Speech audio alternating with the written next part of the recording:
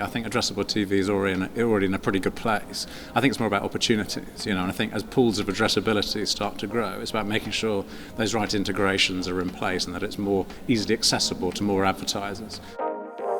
Compared to where the industry's been over the last kind of 5 years or so, to kind of enter 2022 in this shape is a great position to be in, I think. And I think it's the same if you look at things like the TV companies. TV advertising has been, kind of out of favour for a long time. You look at ITV, the 9 months they were up 10% on this same 2-year stack. So that's a great performance. And just shows the kind of enduring power of advertising on TV. For me, the future of media really is about integration. I think single point solutions simply do not work anymore. And I think what we're seeing is a general consensus amongst agencies, advertisers, and media owners that it's all got to work together much more seamlessly. And I think the era of just relying solely on one platform or one walled garden may well and truly be over. And I think we're thinking about it much more in a consumer-centric, much more integrated fashion.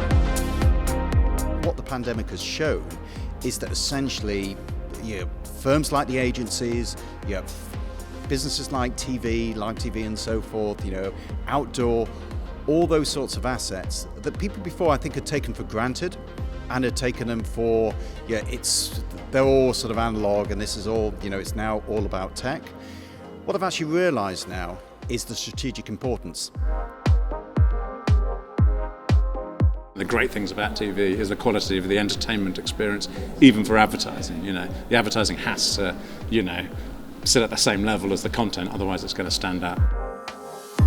I really think maybe 5 years ago the collaboration wasn't there to the extent that it is today, but certainly over the last couple of years I think really the big media owners, and let's say the broadcasters to begin with at least, they have shown a high level of collaboration over the last couple of years. I think we've got examples of that, but I think probably the biggest one and the most well-known one would be C-Flow.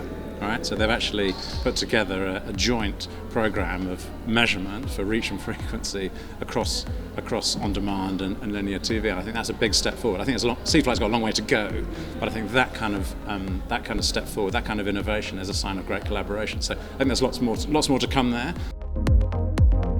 Television and streaming is a very exciting domain. The radical transformation of brands around e-commerce, which is really interesting to hear. These things are all very obvious. The brands who've got on TV because it was affordable, who might not have done, and how that has elevated their business. And the focus on measurement, which of course is no surprise. Power of TV plus the precision of data really gives the broadcasters and the big media owners an opportunity to compete with the likes of Facebook and Google, who had that kind of, that sort of ruled over reach and accuracy at the same time.